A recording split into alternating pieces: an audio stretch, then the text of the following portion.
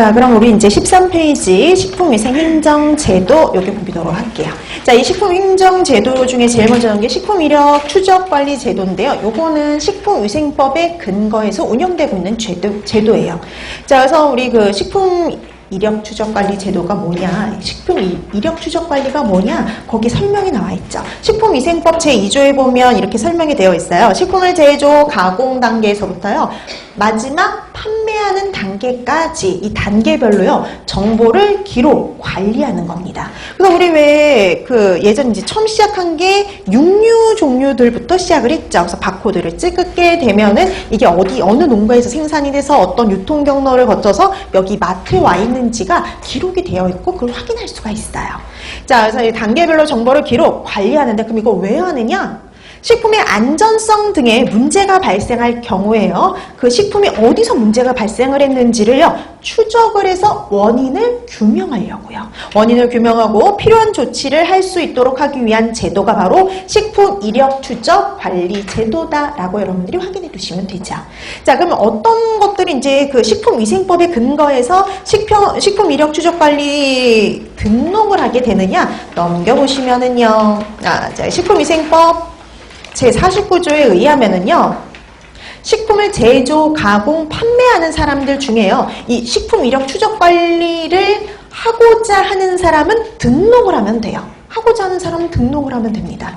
식품의약품안전처장에게 등록을 하면 돼요. 하고 싶은 사람은요. 근데 반드시 해야 되는 사람이 있어요. 영유아식을 제조, 가공하는 업자들. 그 다음에 일정 매출액, 매장 면적 이상의 식품 판매업자 등은요, 식약처장에게 등록을 해야 됩니다. 그러니까 이건 뭐 하고 싶어서 하는 게 아니라 이 사람들은 반드시 해야 되는 사람들이에요. 그 반드시 해야 되는 사람들은 총리령으로 정하는데 그 밑에 총리령으로 정하는 사람들이 누군지가 쭉 나와 있어요. 그죠? 쭉 나와 있는데 이번에 임산부, 수유부용 식품 뭐 이런 것들이 있잖아요. 그래서 여러분 이제 법을 보는 법을 가르쳐 드릴게요. 이런 것 내용들이 바뀌면은요, 바로 적용이 되지를 않습니다. 왜냐면 유예기간을 둬요. 바로 바꾸게 되면 업체들이 그걸 대응을 할 수가 없기 때문에 유예기간을 둬요. 매출에 따라서 유예기간을 둬요. 보통 매출이 많을수록 빨리 적용이 되고요, 매출이 적을수록 늦게 적용이 되는데, 그럼 우리는 뭘 보냐? 제일 늦게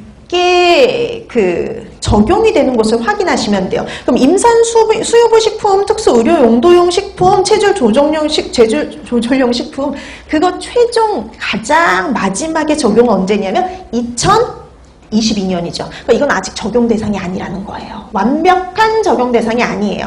그럼 지금 현재 그냥 영유아식만 기억하시면 된다는 거예요. 영유아식 제조 가공업자만요. 그 영유아식 제조 가공업자는 그냥 하고 싶어서 하는 게 아니라 무조건 다 등록이에요. 무조건 다 등록해야 됩니다. 그 다음 임산 수유부는 여러분 아직 멀었어요. 2022년요.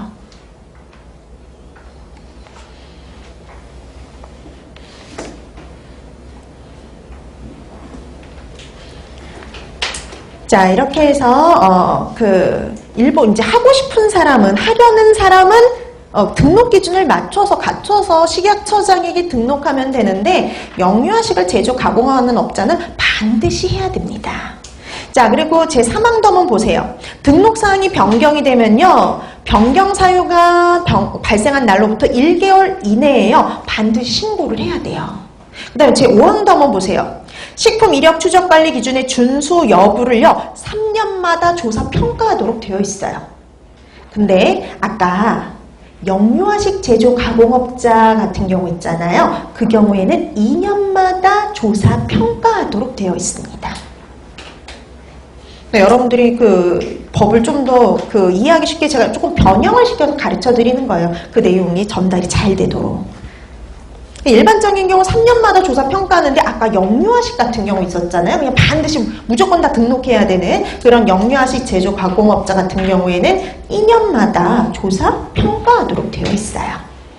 자, 그 다음에 이제 나머지 사항들은 나중에 수업 끝나고 한번 읽어보시면 되는 거고요. 그 다음에 디귿을 보면 식품 이력 추적 관리 정보를 기록, 보관하는 게 있죠. 보통 이거는 어느 정도까지 보관하느냐? 2년 정도 보관해야 돼요. 근데 그 2년이 뭘 기준으로 한 2년이냐면요. 해당 제품의 유통기한 등이 경과한 날로부터 2년 이상을 보관하도록 하고 있어요. 그러니까 이게 이제 뭐 이 제품이 팔렸다 그게 그냥 바로 삭제가 되는 게 아니라 그 기록은 유통기한을 기준으로 해서 유통기한이 경과된 날로부터 2년 정도, 2년 이상을 보관하도록 하고 있다. 이렇게 보시면 되죠.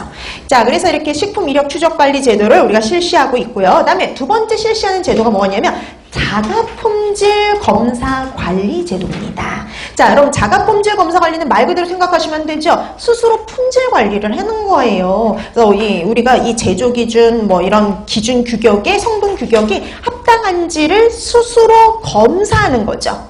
자, 그래서 거기 보면 이것도 식품위생법에 근거한 제도인데요. 식품 등을 제조, 가공하는 영업자는요. 총리령으로 정하는 바에 따라서 제조, 가공하는 식품이 기준과 규격에 맞는지를요. 검사해야 돼요. 그러니까 기준과 규격에 맞는지를 본인 스스로가 검사하는 거예요.